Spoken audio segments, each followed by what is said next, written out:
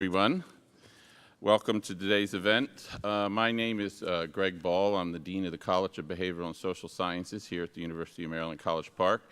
And it's my pleasure to welcome you all to today's event on Islamophobia and the American election. This event is being led by the Sadat Chair in the College of Behavioral and Social Sciences, Professor Shibli Telhami, and we're co-sponsoring it with our colleagues in the School of Public Policy, in particular the Center for International and Security Studies at Maryland.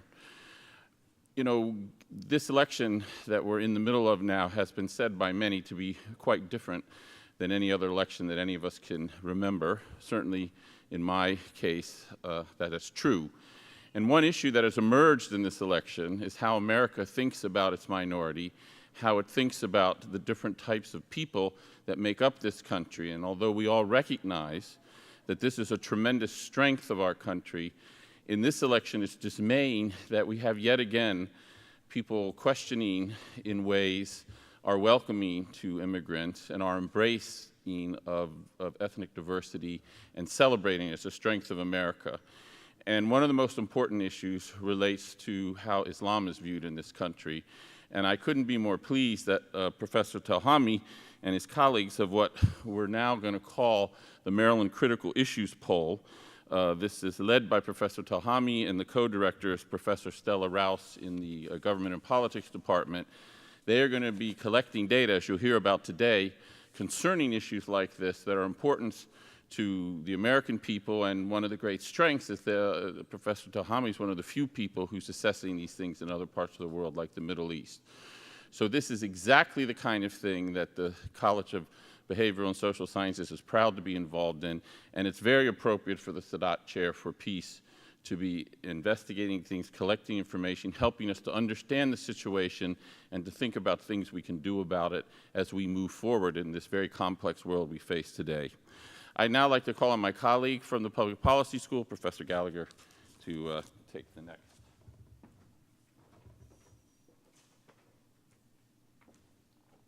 Hi, I'm Nancy Gallagher. I'm the Interim Director of the Center for International and Security Studies at the School of Public Policy. And we've been working in collaboration with Shibli and others over many years, basically looking at the intersection of public attitudes and security policy, foreign policy. So we've done a number of studies looking at American attitudes towards issues in the Middle East, including the Iran nuclear deal, with our colleague Steve Cull, among others, who's here. And we've also looked some at the role of particularly Americans' religious beliefs and how they see critical issues in global security. We've collaborated on a number of things with Shibli over the years, and so I'm delighted to be able to join him in co-sponsoring this event. We've got basically three people who are going to comment on his findings, talking about how basically what's going on in the American election regarding Islamophobia looks from the perspectives of countries that they grew up in, that they study, that they understand very well. And Dr. Telhami is going to present the research first, but let me work backwards a little bit and tell you who our commentators are, and then I'll tell you a little bit about Dr. Telhami. Dr. Nilsu Goran is a research scholar at CISM. She's also one of our recent PhD students, so we're very proud of her. She wrote her dissertation on Turkish security policy, particularly around nuclear issues. And she's also worked at several other research centers, including the START Center here on campus, and taught at Koç University in Istanbul. Dr. Sahar Khamis is professor in the Department of Communications at the University of Maryland. She's an expert on Arabic and Muslim media and a former head of the Mass Communication and Information Science Department at Qatar University. She's co-authored a number of books. She's also particularly interesting to me, a human rights commissioner in the Human Rights Commission in Montgomery County, Maryland. So she's able to talk about how it looks to immigrant communities here as well, and has a monthly radio show on U.S. Arab Radio. Our third commentator will be Fatima Kezaraz, director of the Roshan Institute for Persian Studies and a professor in the School of Language, Literature, and Culture here. She was born and raised in the city of Shiraz, Iran, and has spent most of her professional life here in the United States, both at Washington University in St. Louis and now here at the University of Maryland. In addition to extensive academic scholarship, she's a published poet in Persian and English and an activist for peace and justice, including having won the Herschel Walker Peace and Justice Award. So the three of them will be presenting three different perspectives on what's going on here, but to tell you what's going on here, Dr. Telhami, the Anwar Sadat Professor for Peace and Development here in the School of Behavioral Science and Social Sciences, and a non-resident senior fellow at Brookings Institution. He's written a number of books on different aspects of policy in the Middle East and U.S. policy towards the Middle East. He's served as an advisor to a number of government initiatives concerned with basically U.S. policy towards the Middle East. He's been on the State Department's advisory group on public diplomacy for the Arab and Muslim world. He's been working most recently, he's done a lot of work on the basically attitudes in the Middle East, including collecting data for the Arab Public Opinion Survey since 2002 in 6 Arab countries. Now he's also working on a project looking at American attitudes towards the Middle East, and the work that he's going to be presenting today is related to that project.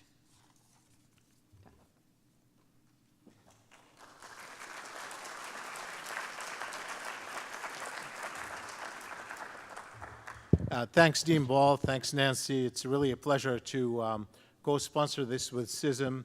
Always fun to work together. And I'm also honored to be joined later by my co-panelists who have really interesting expertise and a lot of information to bring into the conversation. Before I present the data, I just want to say a couple of things about the theme. So it's called Islamophobia, but as you know, that's a particularly complicated term to define. So we're not going to get into the anatomy of the word. So what we really are going to do in this panel, just to be clear, is the American conversation about Islam and Muslims and the conversation in Muslim-majority countries, Arab and other Muslim countries, about that.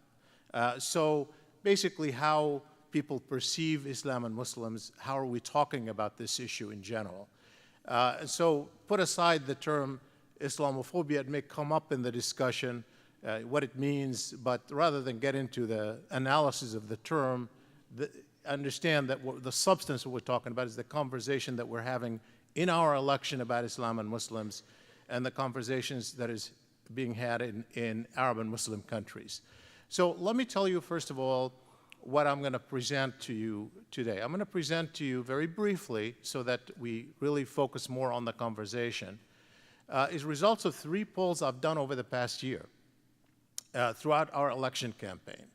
And in part, these are part of larger polls. I'm not going to talk about all of the polls, but we've had aspects trying to figure out how American attitudes toward Islam and Muslims is changing in the middle of our discourse in a heated political campaign. And so I've done a lot of polling in the past on this issue, but I wanted to see very closely how this has evolved. So I have 3 polls, one in November of last year, sort of the beginning of our campaign, then one in May, and then one in June right after the Orlando shootings, because we thought that would have kind of consequences, and we wanted to probe that a little bit more. And as a matter of fact, we just finished another poll that we're going to release in the event that Dean Ball talked about on November 1st. We have the launch of our new center in BSOS, the Critical Issues Poll, which probes both domestic politics and foreign policy, and we're going to release a large poll including about our elections and where we stand just a week before Election Day, as well as race issues, policy toward Syria, policy toward ISIS, American priorities, and also attitudes toward Islam and Muslims that we're talking about today. And I'll say something brief about it because I glanced at the data last night, and we have some additional information that I could bring into this as well. So Obviously, one of the questions that we've had is, has the heated campaign, where at least many of the candidates, certainly on the Republican side, it's not just Donald Trump, but many of the candidates have really spoken language that many have interpreted to be anti-Muslim across the board. And certainly the fear of immigrants and the fear of refugees. One of the candidates' suggestion of, quote, keeping all Muslims out until we figure out what's going on. So we wanted to see whether that kind of heated debate had an impact on American attitudes toward Islam and Muslims. And the results are surprising, very surprising. Let me just show you one of the questions that we have been tracking for a while, which is whether people's attitude toward the Muslim people are favorable, unfavorable. Somewhat favorable, very favorable, somewhat unfavorable, very unfavorable. And so if you have any questions about the methodology, certainly you can ask me. I'm not going to go through it now. These are our fielding partner is Nielsen Scarborough, one of the finest. In fact, we have the representative here participating today. These are pretty good size polls. The one in May, for example, was 1580. The one in June was 1312. They're nationally representative samples selected from Nielsen's probabilistic panel, and it's conducted over the internet. So let me just go with this one question. What is your attitude about each of the following? The Muslim people. And here are the breakdown: November, May, and then post-Orlando, June. So I want you to look at these lines. So the black line is November, the green line is May, the purple line is June. And look at the progression. This is everyone, all Americans. So it goes from 53% favorable views in November to 58 favorable views in May, in the middle of our heated campaign, and then it goes further up to 62% after Orlando, after the shooting. And this was done a week after the shooting. We did that. We went right to the field. Nielsen Scarborough was so great to work with us to field this instantly to get a before and after kind of result. And so look at this interesting result, certainly not what people would have expected. Now, here's one of the stories, of course, of this. If you break it down by party, of course, one of the biggest stories about our politics on almost every issue is how polarized it's become. So particularly the division between Democrats and Republicans. So if you look at Democrats in the middle, Republicans on top, and independents at the bottom, what happened is that the Democrats' views and the independents' views have improved dramatically over that period. But the views of Republicans didn't change, stayed where they were, roughly where they were, 41% to 42%, 58% to 57% unfavorable. It didn't change. So the change happened along partisan lines in the middle of a political campaign. And in fact, I'll show you in a minute when you view it along the breakdown for Clinton supporters versus Trump supporters. So if you look at it there, just for the two polls, May and June, you can see that Clinton supporters' views went from favorable 74 to 82. Trump's went unfavorable from 63 to 66, still within the margin of error, but that's the trend. But look at the bottom line comparison. If you if you just look, for example, at either the May numbers or the June numbers, the 82% in June of Clinton supporters had a favorable view of Muslims versus 34% of Trump's. It's 48% difference. In fact, on attitudes toward Islam and Muslims, the gap between Democrats and Republicans is larger than on almost any other issue almost any other issue, including abortion, gun control, it is really quite remarkable how divided America is on this issue. And this is obviously telling a story here. Now, let me just move over to this one question that I wanted you to look at. So we asked people whether or not they know some Muslims. Not whether they have friends, whether they know some Muslims. Well, yes, but not well, or don't know any Muslims at all. And we correlated their views with, we did a crosstabs with their views on both Muslim people and the Muslim religion. And it's common sense, but look how wonderfully it breaks down. So people who don't know any Muslim have the least favorable view. People who know some Muslims but not well have better view. People who know some Muslims very well have the best views. And that, by the way, breaks down as well. I don't have the slide here, but it works the same way across parties. So that's true for Republicans, true for Democrats, true for independents. So it's a fascinating story. Obviously, it's something that seems common sense, that people, it normalizes the view, but still, it's very nice to see this breaking out the way one would expect in the data. What is your attitude about each of the following? The Muslim religion, Islam. And we have found that people do have different views about Islam and Muslims. They're not identical.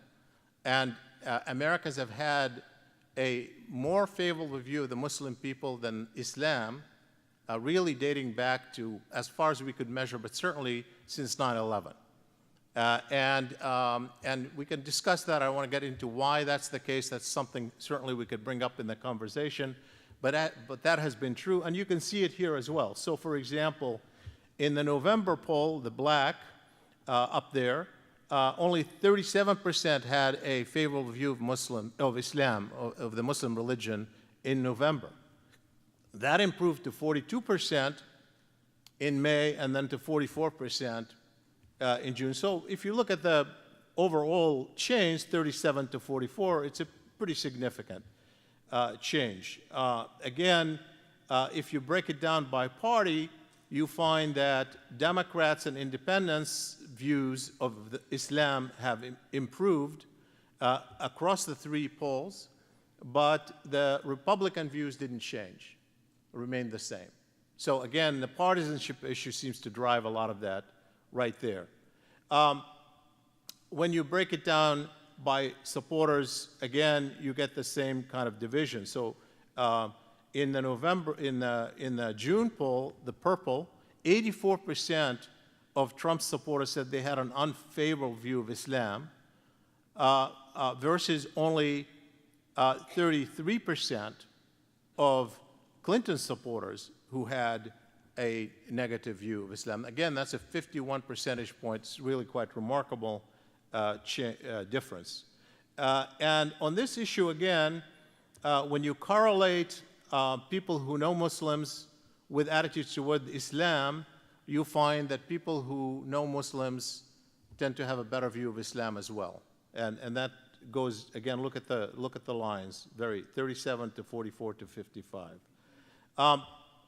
Now, one other question that we ask in terms of attitudes toward Islam and Muslims is whether or not people think the two are compatible in terms of value, whether Islam and the West are compatible in terms of values, what I call the clash of civilization argument, whether people agree with the clash of civilization or not.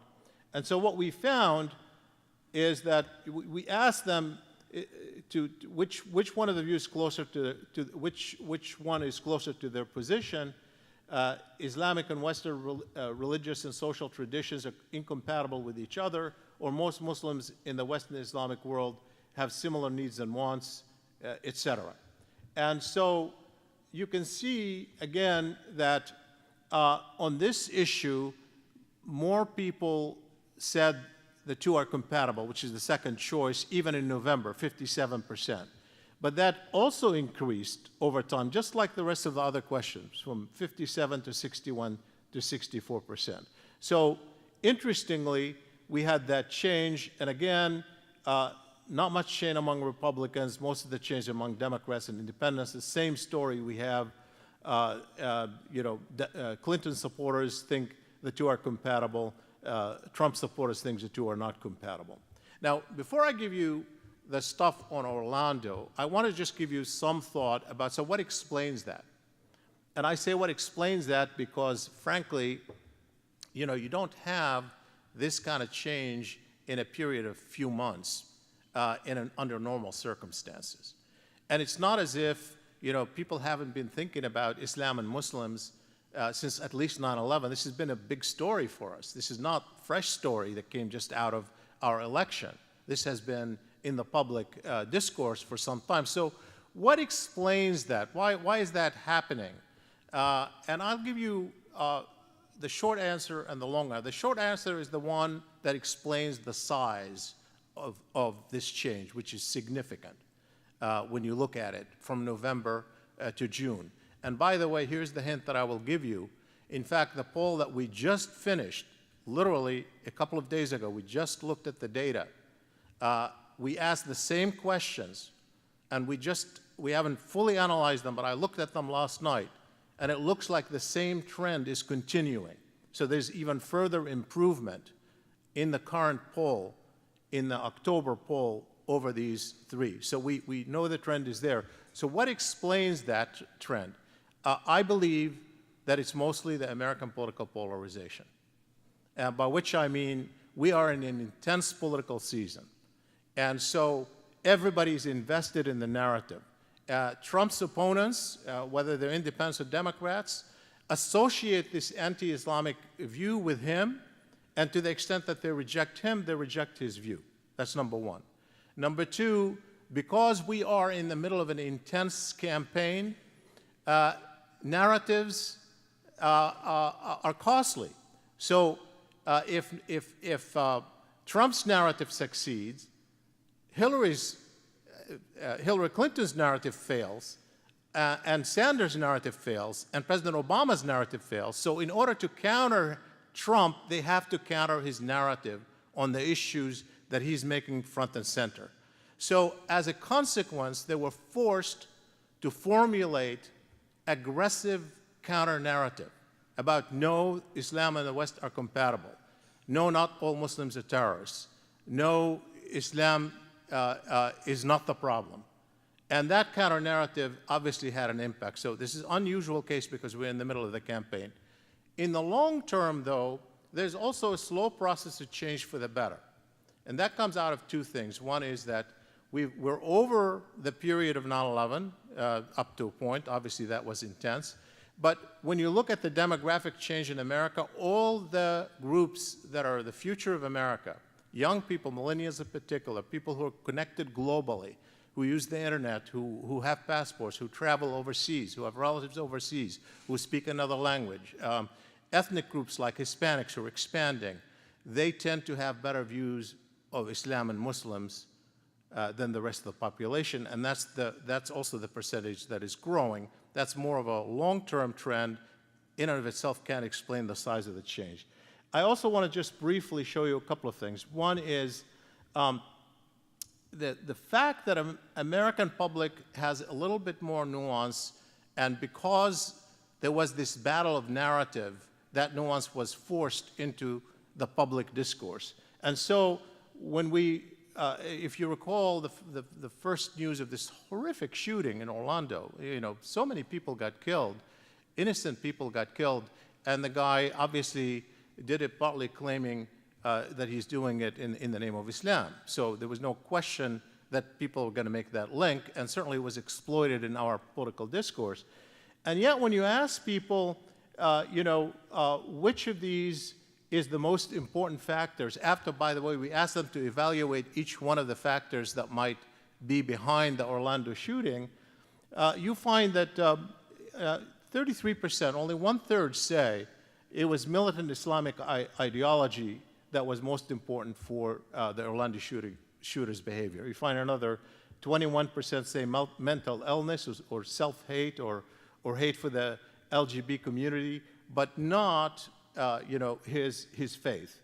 And then when you ask people about, so how do we, what should we do to reduce the chance of a shooting like we faced in Orlando, and you give them options to rank each one on a scale of 0 to 10, you find the first one is banning the sale of weapons to terrorists and people on criminal watch lists, better security at public venues, fighting ISIS or similar groups abroad, banning the sale of assault rifles, and then lastly, last on the list is closely monitoring mosques and Muslim American groups. So it's not something that the public is really very much focused on.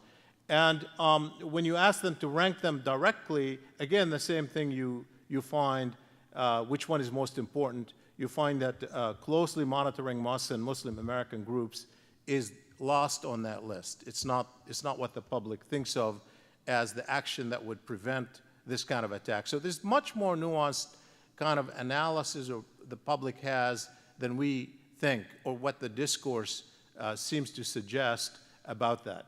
I want to also give you a couple of more quick ones related to refugees from the Middle East, where we ask questions about whether or not, in general, do you support or oppose the United States taking in refugees from conflicts in Syria and Middle Eastern countries after screening them for security risks? So we obviously added that, and that's an important addition, because you'll see why in a minute.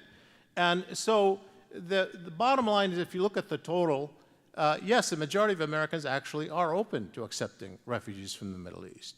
When you look at it, obviously break down Democrats, Republicans, Independents, then you find a huge difference, where 62% of Republicans are opposed, but 77% of Democrats support. When you ask them what is their biggest concern about absorbing refugees, 46% say it's fear of terrorism or concern about terrorism, and 41% say concern about economic burden of absorbing refugees. So obviously those are the two that are out there. And when you look at the security part, which is a big concern, and you ask them, in your estimation, how many refugees have been arrested since 9/11, of all the refugees, the hundreds of thousands of refugees that the United States has accepted since 9/11 from all over the world, how many do you believe have been arrested over terrorism charges? Here's the answer. 28% say 100 or more, 30% fewer than 100, only 14% say fewer than 5. The answer, by the way, is 3. And that gives you, again, a sense of where the public is. So I want to conclude with a more pessimistic note before I invite my co-panelists for the conversation. The pessimistic note is the following. Number one is that even if you look at majority trends, the fact is, when you have a heated campaign and you have passionate, I don't want to say hate, but certainly passionate dislike and opposition to Muslim, all you need is minorities for people to feel it, and to feel it at the personal level, to feel it in school. So despite the trend that we see that overall looks rosy, the fact that you have intense minorities feeling perhaps more hate through our rhetoric is problematic. It's not something that could be dismissed. It's not about the numbers, it's also about intensity. And so the intensity of minority views matter a lot. And if you're a Muslim American and having to deal with that, you can feel it even if the majority is going your way. The second point I want to make is that despite all this improvement, and here is the number since 9/11, we haven't even gotten back to the first few months after 9/11. In fact, one poll that was taken right after 9/11, October 2001, by ABC News, had 47% of the American public having favorable views of the Muslim religion, and 39% had unfavorable views. Look at those unfavorable views. They went from 39% to 61% in 2011. That's one that I did in 2011. And then they have improved slightly over the past a few months, and they settled in June at 55% negative. So we're not back to where we were so it's still, despite all the improvement that we're tracing, views of Muslim religion are still more negative than positive. And I want also to give you another one that is kind of worrisome. So we inserted a question. In fact, this one I have not released. This is the first time we released this particular data, which is assuming that you agree with the general position of the presidential candidates on issues that are important to you, would you vote for that candidate if he or she were evangelical Christian, Jewish American, Muslim American? I put that for comparison to see what people would say. And obviously, there's always a problem with this kind of question because there's going to be self-censorship, there's going to be different kind of attitudes. But nonetheless, we tested it to see what we get. And look at what we have. With evangelicals, 17% say they would not vote for an evangelical Christian presidential candidate, even if they agreed with them. With Jewish Americans, only 8% say they would not vote for a candidate if they were Jewish, if they agree with them. With Muslim American, 34%, one-third of the population, say they would not vote for a Muslim president, even if they agreed with their position. And that is not a good place to be. And with that, I would like to invite my colleagues to the stage and have a conversation. Thank you very much.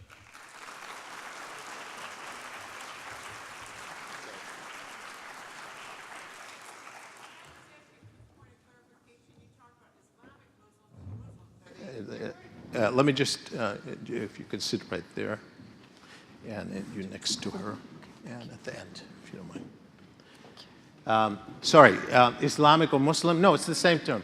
It's the same word. Yeah, I mean, yeah, no, it's the same term. In Arabic, the word is Muslim. That's the term that is used to describe.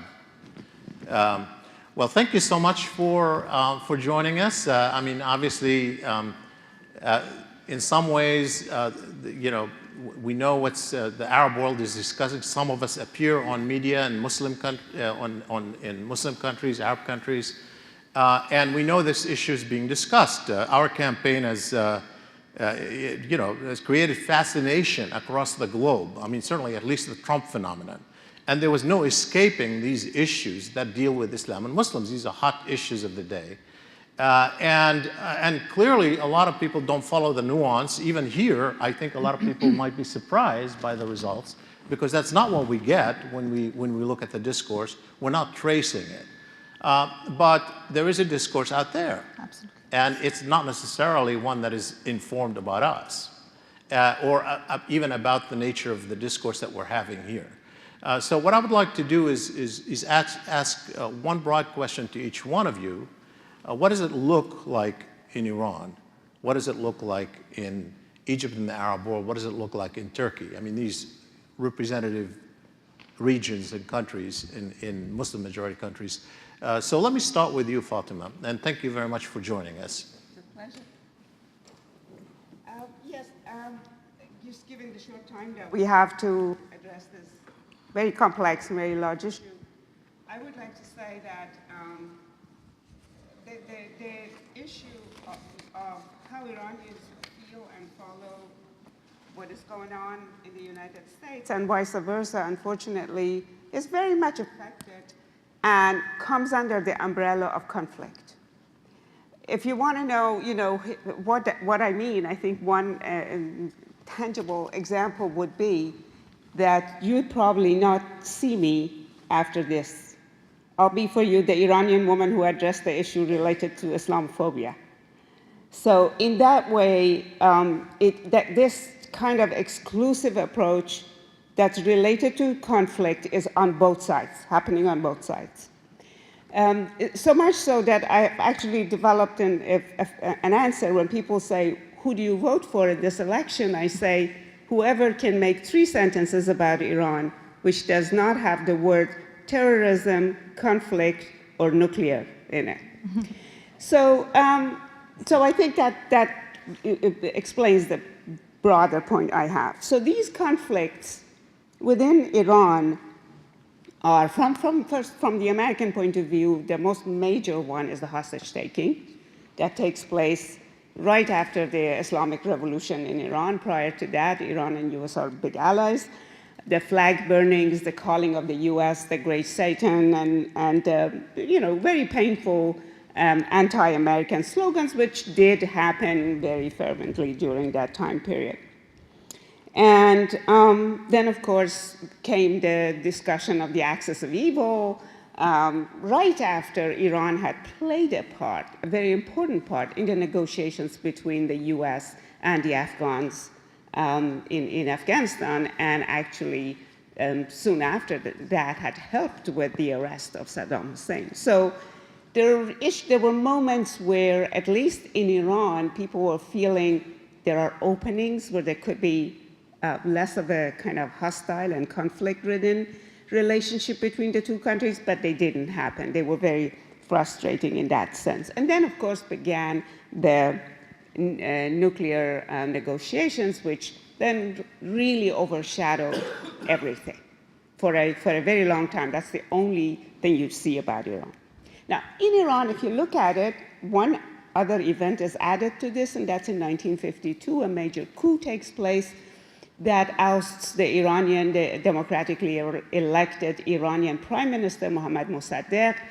And with that comes the rule of the Shah, which was happening before too, but after that becomes completely authoritarian and so forth. Now, having this, and of course, I have to say one more thing, the Iran-Iraq War. When the attack on Iran begins in 1980, the US comes across as a major ally of Saddam. Even, I'm talking about perceptions. And to what extent every detail is substantiated is a different issue. But definitely the perception from the media and from what you hear is that, the West, this big mass, the West, and particularly the US, is very supportive of that, despite the use of chemical weapons and all of that. Okay, so if you put all of this together in the background and take a very broad look at the politics in Iran, all the way until 1979, the Iranian government is pretty much pro-Republican. Republicans want good business. They don't care about human rights. They don't really press you on such unpleasant issues. You mean that's the perception there? The perception, again. The perception there. You're not saying they don't care. Exactly. Yeah. That's the perception. Well, and I think for the most part, for example, if you look at the relationship between Shah and Richard Nixon, I mean, that is the case. But of course, you cannot say that across the Republican scene, that everybody feels that way. And then the revolution happens. When the revolution happens, the anti-American feeling really gets translated into the foreign policy of the US is going to be the same. Whoever is elected, Democrat or Republican, are going to be the same. So that, again, that's a perception. That's, you can go to a specialized political publication, into a classroom, and get far more nuanced analysis of American politics. But that doesn't really filter into the general public media. The public media is much more focused on the broad perception of this anti-Iranian, which is going to be understood to be the same. Now, when the Trump-Clinton pair of opponents start, the Iranian general discourse of the media in Iran is more favorable to Trump. The idea is that he's a businessman, he wants to make good deals, he really knows we don't have nuclear weapons. Regardless of what he says about Islam and No, Muslims. hold on. That's at the beginning. Okay. That's at the beginning. So, and of course the perception is all this whole accusations of building nuclear bombs is of course in order to paint us with an unfavorable brush. They know that. He wants to make good deals. He's going to work with us. And this is again the broad public opinion, not the politicians have a more nuanced and a more specific for or against. As various debates take place, that gradually changes, but the change also has another explanation. Hillary Clinton goes through a transformation. In 2008, Clinton says, if Iran poses a threat to Israel, we will obliterate Iran. We will obliterate Iran. That's a 70 million person country. So at that, nobody has any doubts about the hawkish position of Clinton on Iran, but then in the back and forth that takes place between Bernie Sanders and Clinton and making, Clinton bringing the left closer, a number of things happen on, minimum wage and other things, and one of them is to actually support President Obama's negotiations with Iran, and as you have all heard, she has been defending it without firing a shot that has happened. So these two events, these two changes, and with that, Trump gets more and more and more anti-Islamic, anti-Iran in particular. I mean, the number of times he talks about how rich Iranians are because of the room full of cash that was being given to them and so forth. So those are treated actually as jokes in Iran. In the papers they appear as jokes, but nonetheless, I think right now in Iran, although I'm again being very, very general, but I would like to end with this, that it would be fair to say that the general public opinion is pretty much anti-Trump, except for the hardliners who see him as an opportunity to show who really the United States is. Mm-hmm. He's the one who actually shows the true feeling, and the other ones are hiding their feelings. So in that sense, that there are things that come out, and interestingly enough, opinions like this were expressed about Ahmadinejad in Iran before, when certain more right-wing people said he should get elected because he really represents the nastiness of the mm-hmm. people over there. So it's a similar. Very interesting. Now, Sahar, if I may ask you the same question, but I want to just add a little bit. Now, Fatima said, obviously there were people who were initially attracted to Trump. That's true in the Arab world, even now, actually. Many of the rulers actually think, this is all rhetoric, but they can do business with him. And even on Islam and Muslims, there are people in the Arab world, particularly around the secular elites, who do have a phobia of political Islam, period. So it's not just that we have it here, but some people even say there's no difference between peaceful Islamists and militant Islamists because they're all alike. We hear that. So how is that playing itself out in Egypt and the Arab world? Well, thank you so much for the invitation. It's indeed an honor and a pleasure to be with you this afternoon, and thanks, Dr. Talhami, for the invitation. Of course, you said we all appear in the media, but you're the one who appears the most in the media, more than the rest of us. We're jealous of you for that. That's just an Egyptian joke here. So, just in case we did not get the Egyptian joke. Islamophobia is very much in the eyes of the beholder. So when we talk about the term like Islamophobia, what makes people Islamophobic and how do people react to the notion of Islamophobia, it very much depends on who we're talking about.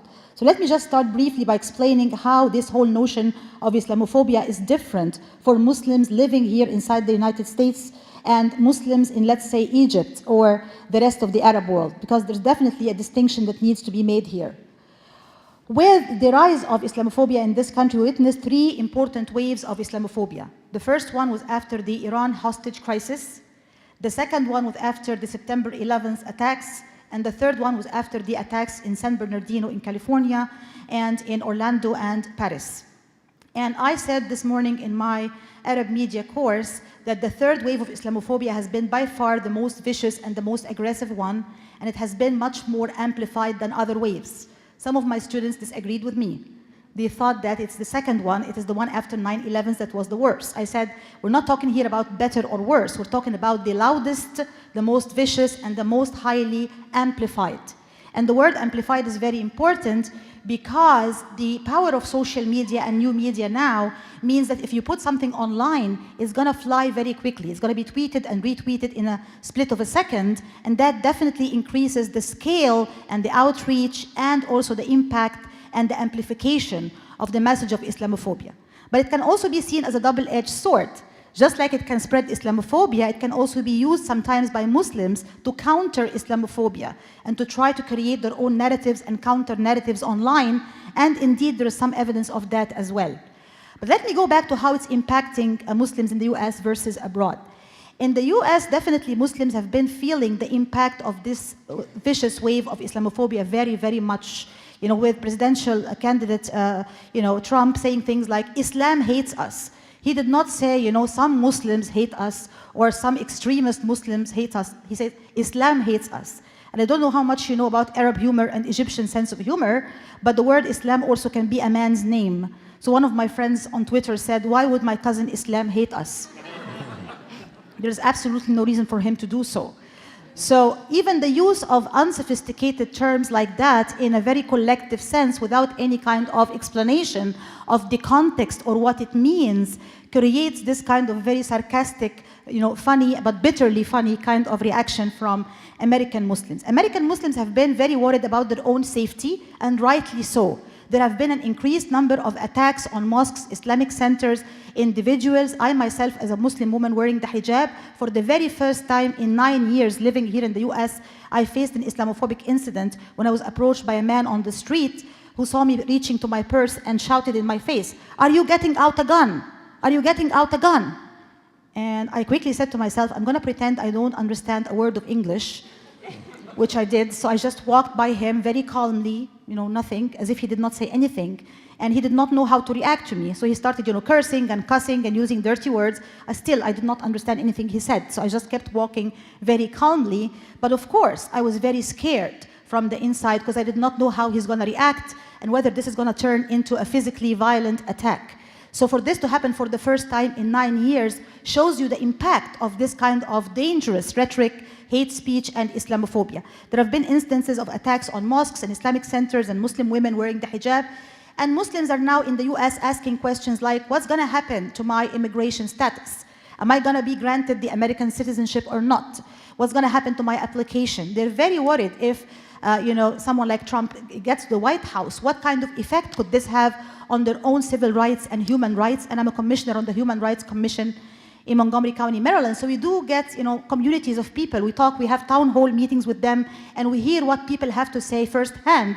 It is very scary indeed. They're also worried about things like civil rights in this country in general, practicing religious freedom in general, things like the Syrian refugee crisis, the idea of just blocking or simply closing the door in front of immigrants altogether, and making sure Muslims have to really check their own convictions as well as their loyalty and patriotism. You have to pass a test that shows us how patriotic and how loyal and how American are you. All of these things are issues impacting American Muslims very seriously and very dangerously, and they're very, very worried watching the elections. But let me tell you just quickly, they're also starting to craft very interesting responses to this heightened wave of Islamophobia, online and offline. And I say every cloud has a silver lining, and that has been the silver lining in this cloud. Offline in the real world, there is now an increased degree of Muslim political engagement that is unwitnessed before. American Muslims have not been as engaged in the political process as they should have been. This year is very different. Almost every mosque, every Islamic center has centers for registering Muslim voters, and they're taking it very seriously this time to go to the polls and to cast a ballot and to cast their vote, because they feel it is really to be or not to be. It is a matter of a very serious election that can really have very direct and very dangerous effects and impacts on them and their families. So that is, in my opinion, a positive thing that came out of all of this darkness. Online, they started social media campaigns, like hashtag Muslims are speaking out, which is basically Muslims across the board, scholars, journalists, average people saying we are against terrorism, we're against violence, that does not define us. ISIS is not Islam, it does not speak for who we are. We're 1.6 billion Muslims who are kind-hearted, hardworking, professional people. We help our families, we love our community, and so on. But most interestingly, they also created campaigns responding directly to Trump and to Trump's rhetoric, which I find to be very interesting. So when he criticized Mrs. Khan, we all know the incident, of course, during the Democratic National Convention, when the father and mother of the American soldier who lost his life defending this country were on stage. And he said, and look at his wife. She was even standing there silent, and she had nothing to say. Probably she was even not allowed to speak. What did Muslim women do, including myself? We took to Twitter and started a campaign, hashtag, can you hear us now? And the campaign was directed directly at Mr. Trump, right? So we started things like, I'm a professional, I'm a professor, can you hear me now? I said something like Muslims speak out against all violence and hatred and terrorism, and they speak out against hate speech against them. So Mr. Trump, can you hear us now? So that's a campaign that many Muslim women activists started. They also started a campaign called hashtag Muslims report stuff, which is very interesting. In the second presidential debate, when a Muslim woman stood on stage and she asked Trump the question, what about Islamophobia? And he answered with an Islamophobic answer when he told her, well, Muslims should report stuff. You see something, you say something. So as if basically we are very much suspected and very suspicious people, and we should have the responsibility on our shoulders to report stuff. So they started the campaign, hashtag Muslims report stuff, like, my mother cooks the very same food every day, and I'm reporting her now. My brother never makes up his room, I'm reporting him to the FBI. Please come and catch him, catch him now, and things like that. So they turned it into, again, a bitterly sarcastic campaign that tells us a lot. That is the situation in terms of how things look like for the American Muslim community. Now, how does it look like in Egypt and in the rest of the Arab world? Again, Islamophobia is in the eyes of the beholder. It depends on who you are and where you are on the map, both geographically and demographically, to tell us how you think about these issues. Overall, there has been a very high level of apprehension about this particular presidential election, and rightly so. It has been seen as very unusual, and it has been, as very, very unique and different from any other previous presidential election. There's been a lot of discussion about things ranging from whether there is a real difference between the two candidates or whether the difference is really all about rhetoric and choice of language and words. This is one thing they talked about. They talked about whether there's going to be a real change in American foreign policy or not. And that's a very important point that keeps coming up a lot in the coverage of this particular election in the Egyptian media and in the Arab media in general.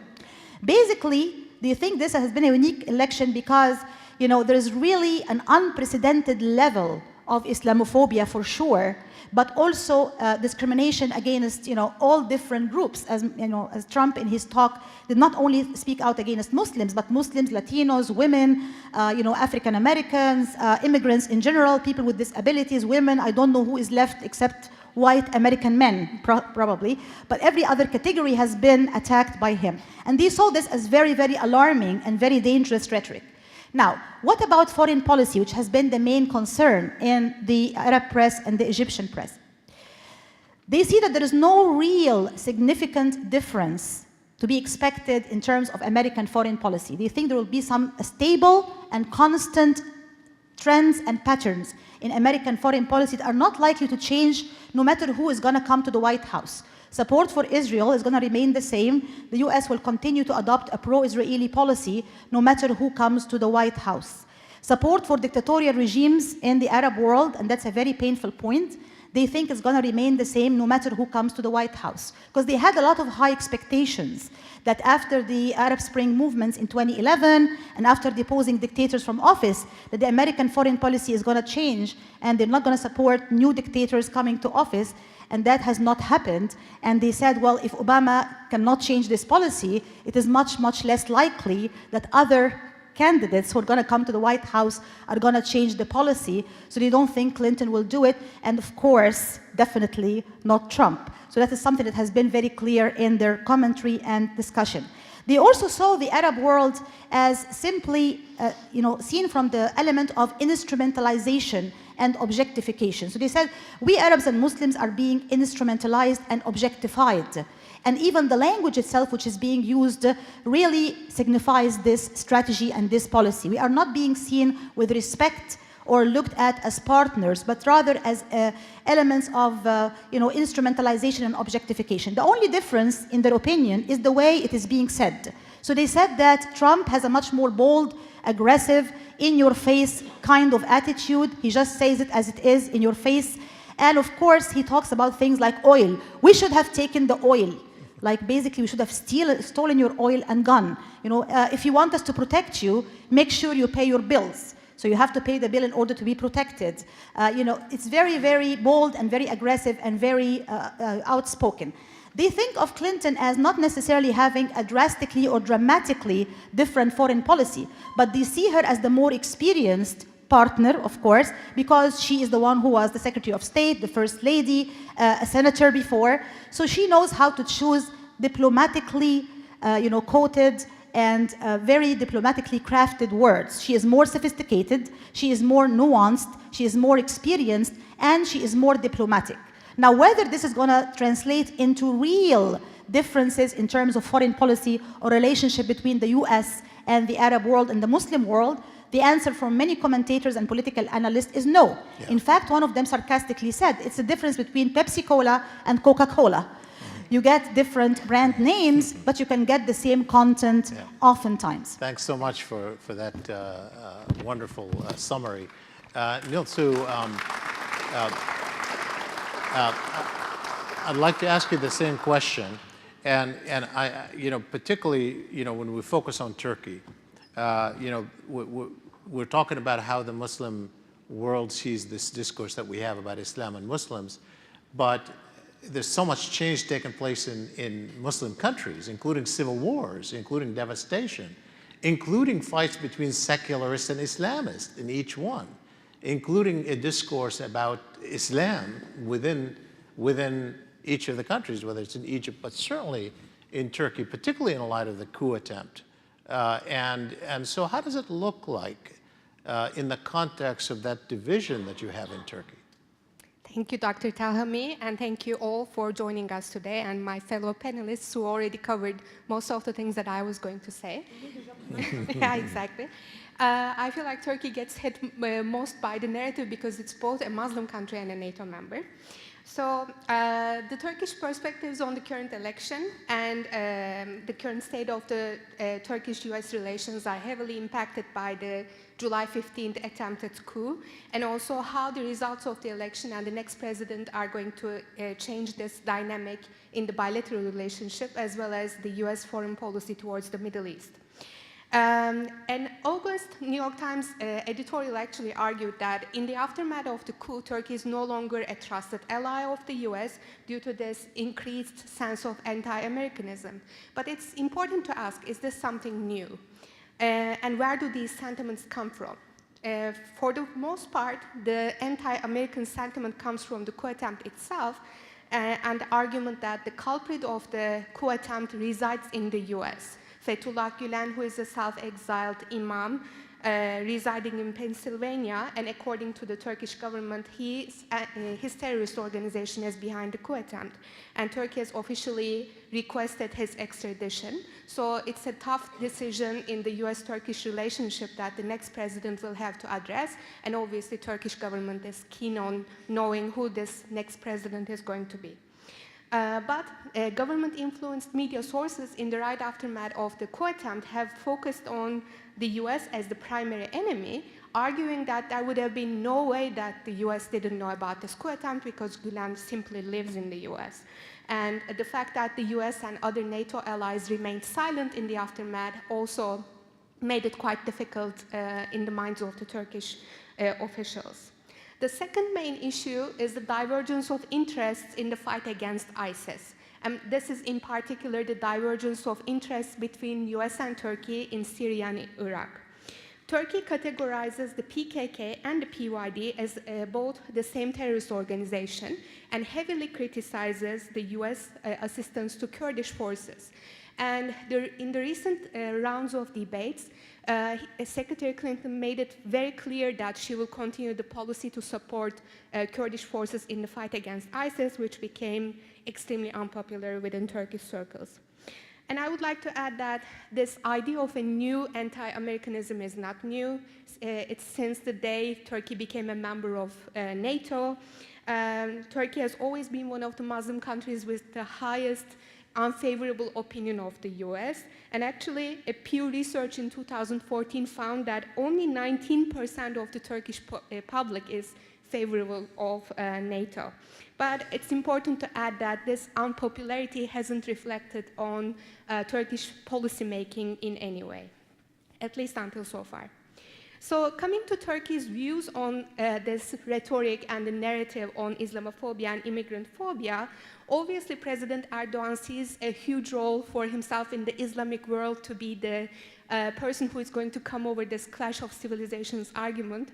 And it has epically failed in many ideological terms in terms of his regional policies.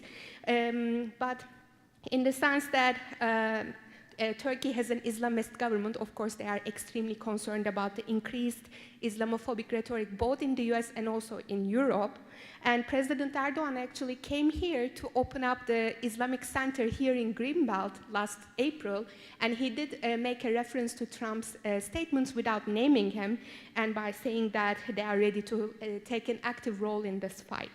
But it's also important to note that the Gülen movement is a lot more organized than the AKP movement in the US, so it's going to be tough for them to replace the organizations that have been functioning within the US circles over the years in order to fight Islamophobia. So in terms of the secular voices who have been following the elections, the idea is pretty much the same, that there's not going to be much of a change. If not, the Clinton presidency would be even worse than the Obama administration for Turkey's regional interests. They also argue that Trump's rhetoric, much like that's the case in Iran, might be favorable to AKP movement because of its populist tendencies. Of course, this doesn't include the ban of Muslims or exporting them, but when it comes to the populist rhetoric, seculars criticize the AKP movement by saying that they have similarities in terms of the rhetoric.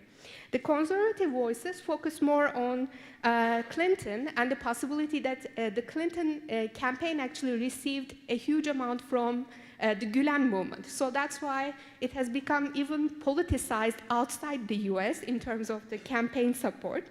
They also expect Clinton's foreign policy towards the region to be a continuation of the Obama administration and not favorable in terms of Turkey's interests. And they argue that the reason why the US did not respond to the coup attempt is a form of Islamophobia, because the conservative AKP voices in Turkey argued that the reason why the US did not believe in this movement is because they didn't believe in a democracy functioning in a Muslim society. And here they refer to President Erdogan's call to people to go out on the street to defend democracy against the coup attempt. So I would like to finish by making a remark that actually Turkey has a similar narrative and discussion that mimics the US version of immigrant phobia and Islamophobia when it comes to accepting more Syrian refugees. And as of You mean the domestic rhetoric? Yeah. The domestic rhetoric in the US resembles the domestic rhetoric in Turkey, even though the reasoning might be a little bit different, because in Turkey, as of September 2016, as of a couple weeks ago, In small southeastern Turkey cities, the population ratio could go up to 25%. And this creates a huge issue in terms of whether Turkey should stop accepting more Syrian refugees.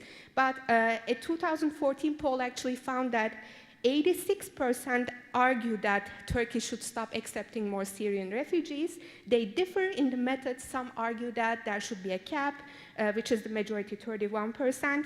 29% argue that they should stop immediately. And the reasons are not as nuanced as in your polls, whether it comes to security issues, but I feel like it's mostly economic reasons that Turkey can no longer accept more refugees. And this is the public opinion. This opinion is not as divided in the foreign policy experts. There, only 34% argue that Turkey should stop taking refugees. Great. Well, thanks so much. I was going to go with a round of questions, but since we have only 15, 20 minutes, I would like to go right to the audience and forego my own questions. So if you have a question, please raise your hand, and right there, and the microphone will come to you. The gentleman in the green shirt was the first one to raise his hand. Can we bring the microphone to him? Right there.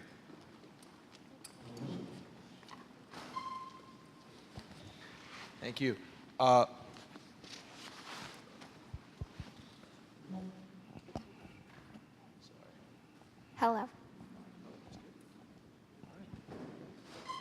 Thank you. First off, thank you so much to the Anwar Sadat Chair for Peace and Development, as well as the School of Public Policy, and of course the panelists for coming out here to UMD today, and for all the students in the community here.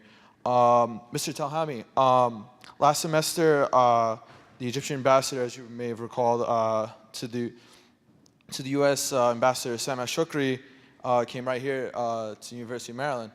And no, it was actually the former ambassador. Excuse me. Yes, Fahmy. the former, which was former ambassador. Right, former. Fahmy. Right. Yeah, so sorry.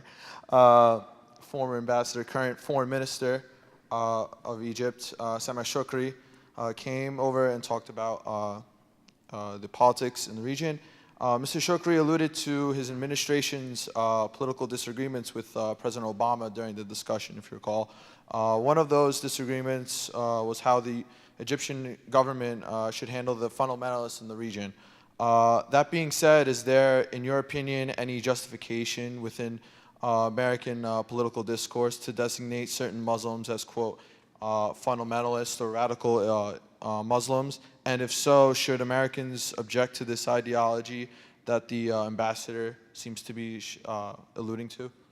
Okay, you're referring to a visit by Mr. Nabil Fahmy, who was at one point the ambassador here and then later became the foreign minister of Egypt. He was the previous foreign, he's not currently the foreign minister, but he was one of the most respected diplomats in the Arab world period, actually. He's very experienced. What he was referring to, of course, was that in American foreign policy, this issue of what to do about Islamic movements and political Islam particularly is a major one. And certainly it has become a big one after the Arab uprisings, especially in Egypt, Tunisia, and elsewhere, where Islamist movements did well in elections, and how the United States would approach them.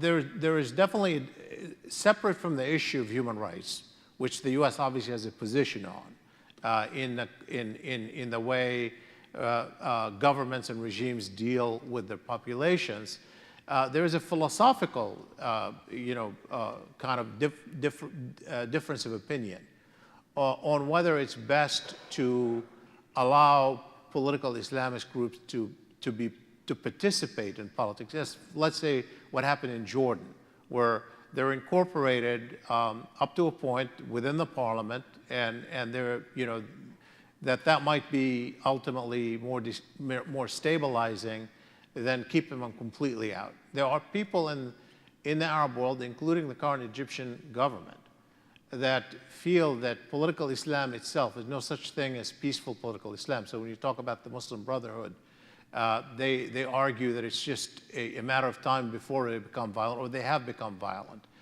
They think that political Islam is necessarily or ultimately a violent one. And so the reason I asked that question here about the debate in the Arab world is not just here in our country. Those debates take place even in places like Egypt, and they are taking place right now, and certainly in Turkey as well, among some of the secularists. And so, yeah, there is a difference of opinion, because I think the adopted view, certainly by the mainstream in the US, and one can argue the Democratic mainstream, is that if you go all out and keep what the US estimates to be a pretty substantial portion of the population, even if you say it's only 20% of the population, or 15% of the population, we talk about a country like Egypt of possibly 90 million people, that's a lot of people. So the US, certainly the Obama administration position, I think Secretary Clinton's position, Secretary Kerry's position has been that you can't keep them out without ultimately forcing them to become more militant. That's an American approach. That's not shared by every ruler in the Arab world. And that's a subject of debate. That's what he was referring to. Can I just make a small comment quickly here? Sure, absolutely. Even within, Egypt itself, many parts of the Arab world, there isn't exactly an eye-to-eye agreement as to what constitutes, quote-unquote, maybe political Islam, or how dangerous would the political Islamists be if they get to power, or how should we handle them or deal with them. So there's a lot of division of public opinion. Like, for example, if you talk about the liberals, right? The liberals or the seculars, many of them said, okay, we do not necessarily feel good about political Islam being in power, but at the same time, we do not feel good about members of the Muslim Brotherhood being, killed or arrested or harassed or intimidated or put in jail by the thousands, tens of thousands of political prisoners and human rights violations. So it's a very tricky issue, because there is definitely a disagreement and a division of opinion as to how to best handle it. But overall, there is dissatisfaction with the US position, because there is a feeling like there should have been more involvement in terms of ending human rights violations. And again, it's a tricky issue, because the US is oftentimes in a tricky position of damned if you do and damned if you don't. If you interfere, how much should you interfere? And if you don't interfere, you get blamed for not interfering. So I'm not suggesting there's any easy black or white, yes or no, right or wrong answer. No. I'm just showing the complexity of this situation. In fact, as you know, in the case of Egypt, the Muslim Brotherhood accuses the Obama administration of being behind the coup. And certainly the President Sisi and many of his supporters, and certainly people who support among the elites, accuse the US of supporting the Muslim Brotherhood. And this is exactly. And to make things even more awkward, there are those who blame the US for standing behind the Brotherhood. And I'm like, wait a minute, what is going on here? Like, you're hearing all of these narratives and counter-narratives, stories and counter-stories, and before you know it, you're completely confused about it. Fatima, you have some... No, I just wanted to use this opening to say that one of the most important issues with regards to this election with Iran is also the same, or a shade of the same issue, that the reformists and what the government of President Rouhani has been able to achieve, not that it has achieved everything it was hoping to achieve, but a little bit of opening and strengthening of the civil society and so forth, all of that is really it's in question. They're waiting to see. Iran has a general election about 6 months after the American election. So the reformists are very much worried about that a kind of a Trump government and a damage to the relationship between Iran and the US could be really lethal for the reformist movement, which has been struggling to not lose strength. Good point. Yeah. Yeah. My name is Amal David. I am with Arab America. It's a media company in Washington, D.C., national, international company. The reason I want to speak first to thank each one of you, and especially Dr. Shibli Talhami. Thank you so much for outstanding session and discussion like this. My question is, what recommendation would you give to young people like this, beautiful audience, and this is America. What suggestion would you give them to help their colleagues, other young people or older people from different religions, especially Muslims, to make them feel more comfortable and safer. Okay, we'll take one more question from Gary, and then we'll answer two at a time. We'll take then one final round after that. Gary. Thanks very much. I'm Garrett Mitchell, and I write the Mitchell Report, and I want to pose a question and also say at the outset I'm going to leave it to Dr. Telhami to determine whether this is the right question for this forum, but let me go ahead and say it anyway. I've been sitting here looking at this title, Islamophobia in the American Elections, and wondering what discussion we might have if we kind of turned that around and talked about Americaphobia in the Muslim world. And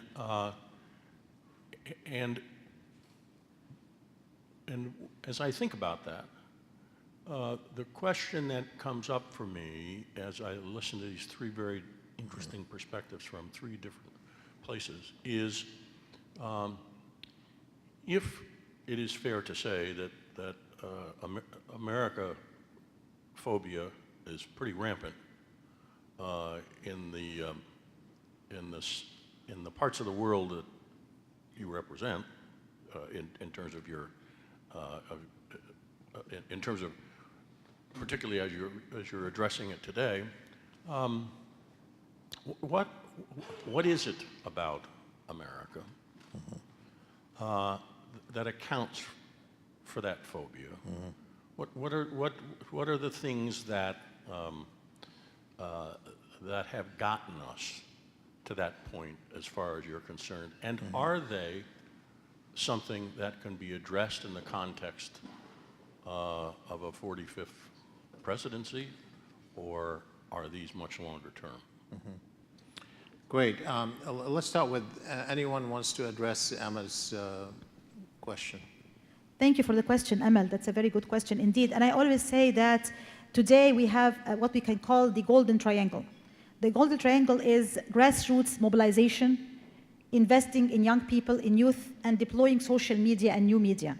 These are very, very three important dimensions. If we invest in these three things, grassroots activism, youth mobilization, and new media, we can make a lot of difference. And just like I gave some examples today of social media campaigns that have been started online to try to counter Islamophobia and present a different story and a different narrative, these things are very important. The internet can be a double-edged sword. It can help to spread Islamophobia and bigotry and hatred, but it can also help to counter Islamophobia and hatred and bigotry of all forms. So that's why I'm saying invest in young people, give them more education, help them to become masters of their own techniques and skills and tools, and help them to get online and to spread the message in a very effective way. And one quick example that I did not give, but it's very funny, is a campaign called Islamophobia. And Islamophobia is supposed to be a pill. If you take it 3 times a day, your Islamophobia should immediately disappear. So it's another campaign that was started online as well. Check it out. It's called the Islamophobia pill.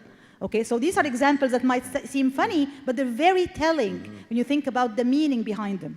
Well, there is, I have a quick recommendation which I generally have for all students, which is study abroad. Don't graduate before studying abroad. Take another language.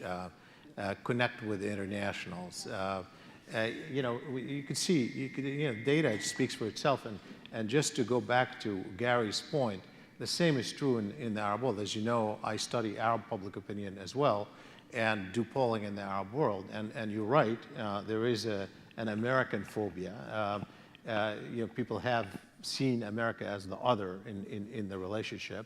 But even there, when you look at the data and try to see people who speak English, people who visited the US, people who know Americans, they tend to have a more favorable view. Not necessarily a great view, but certainly a more favorable view than the rest.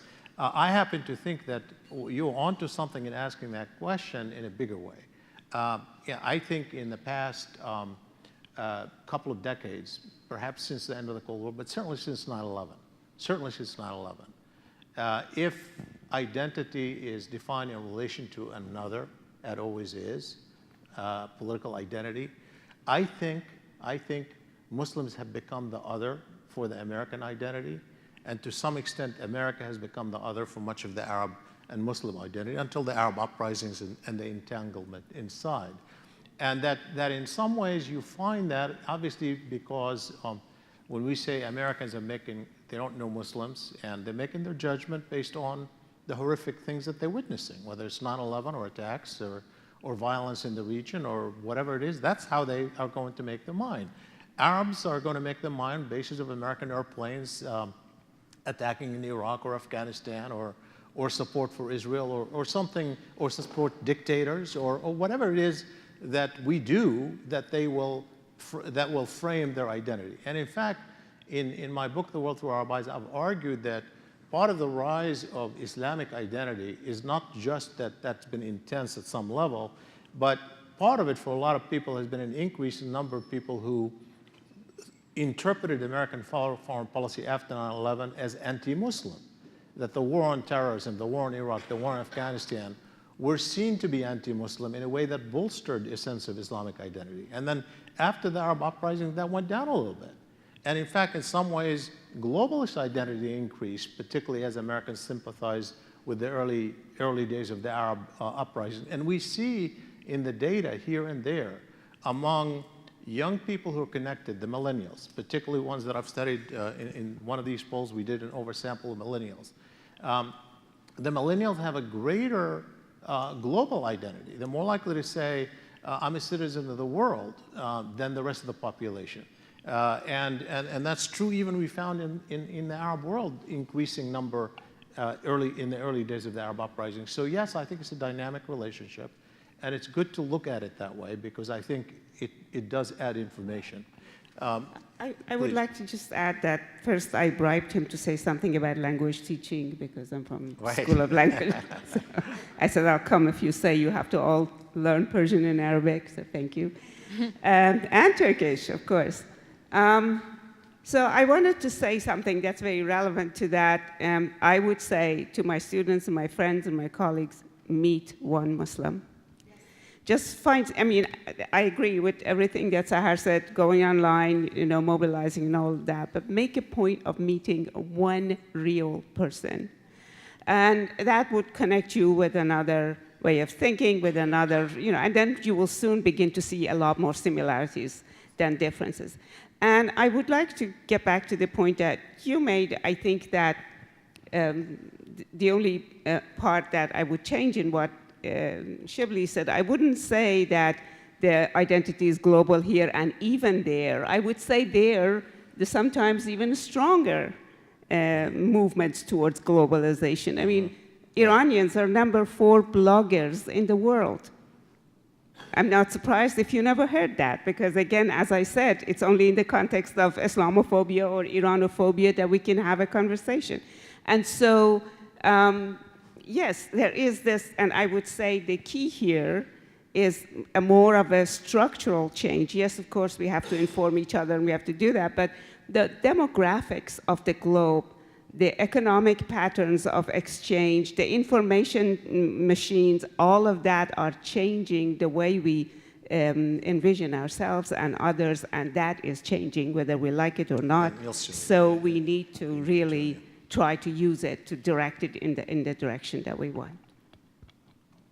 I think part of the answer to your question lies for the Turkish case with security assurances that the US is not conspiring to divide Turkey. I would call it a Westphobia due to the post-World War I period that Turkey needs those reassurances when it comes to the Middle East. I think the short and difficult answer to your question is basically it's the American foreign policy. I mean, there's this saying that I always repeat that people outside the US do not hate the American people. They're just not particularly falling in love with the American foreign policy.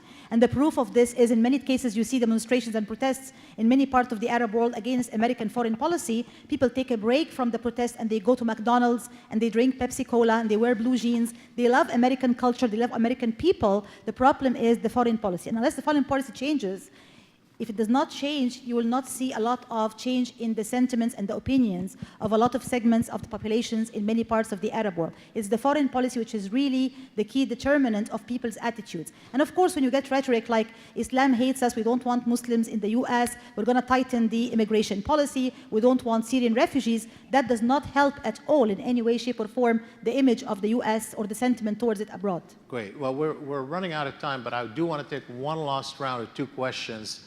The gentleman there and the gentleman here, 2 questions, last 2 questions. Make them short, please, because we're running out of time. Yeah, sorry, 2 quick questions. One was Well, one question, please. You choose. 1 question. there was a mention about you couldn't vote for a candidate who had mentioned A little closer to your. you couldn't. Yeah, that's Can good. you guys hear me? Yeah. That you couldn't vote for a candidate who had spoken about the nuclear deal or terrorism, I guess, with Iran. Do you think that that's a little unfair, considering that they've been considered a state sponsor of terrorism by the State Department? Also, I was a little bit shocked and disgusted that you said that Republicans don't care about human rights. I think that's a little bit unfair. So.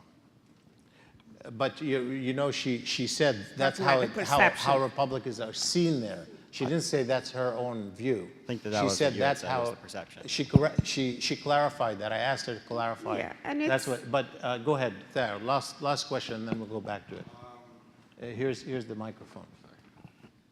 Thanks. Looking at the trajectory of the future Middle East, I would argue that there are 2 rising powers in our region, and that's Iran and Turkey. Those will be the 2 major players for the next 20, 30, even 40 years. Now, if you're advising President Clinton or President Trump post-election, what would be your recommendation? What kind of foreign policy to pursue vis-a-vis these 2 countries? So should the U.S. continue to try and mediate between those 2, or should it leave them alone and try to let them fix the puzzle of the Middle East? I would like to address that point, which is, I think, somewhat related to the point you're making, too. I think it's the comment on, I will vote for a person who can make 3 sentences about Iran. It's a somewhat, humorous, and what I mean by that is somebody who knows something about the countries and the world that they're talking about. Because very often these parts of the world are just reduced to that one particular issue. And even that particular issue is not something that is factually proven. You can see how Saddam changes from a hero into a demon. And that is over less than a period of a decade, where he's been using the same chemical weapon on Iranians. He's not really called on what he's doing, but later on, very soon, he changes. So there is a lot of double standard in this foreign policy that people could feel it over there. I would advise whoever's the president to approach the region with an attention to opportunities rather than threats. Iran is a tremendous opportunity. Turkey is a tremendous opportunity. You have to look at what can come out of building relationships with these parts of the world rather than containing them as threats constantly. Thank you. Any final comments? Yep. I would recommend that our future president takes Turkey's ambitions seriously, that it's going to be persistent, that those ambitions should translate into guarantees and reassurances towards Turkey's role within NATO. You did not mention Egypt as a player, so I'm, I think, off the hook for this question. So it's only Iran and Turkey are going to be the future players, not my country. So, but I can just say that in general, there is this, sense of looking forward to some kind of change in U.S. foreign policy, especially when it comes to dealing with dictatorial regimes that, have violations of human rights. There is hope that there's going to be more recognition of the power and talents and investment in the Arab people, in the Muslim people who have so much to offer, not to see them as tools or instruments just for fighting terrorism or just for securing stability in the region or just more of the same foreign policy of the past, but rather seeing them with equity, justice, fairness, objectivity, respect, and that's very important. Dignity is what people are looking for, cooperation, investment in people, in human resources, and building a better future together. Thank you. Thanks. I think, no matter what we say or recommend to a new president, priorities are imposed by a reality of public opinion and change in the region. I think the Obama administration assumption that resolving the current issues in the Middle East is not up to the United States of America is a good one. I think the American public sentiment that we don't want to see large deployments of troops in the region is a good one. I think that the tension between our commitment to democracy and human rights on the one hand and having to work with rulers to bring about stability is not going to be resolved. And in fact, the biggest problem for an ex-president is prioritizing, because America simply can't deal with these issues on its own, and it is going to have to decide what are the top priorities. For now, the public says it's ISIS, but I'm not sure that that's the way the priorities will be defined for the next president 2 years from today. Thank you so much for attending. I really appreciate you joining us for a great conversation, and hope to see you again. Thank you. And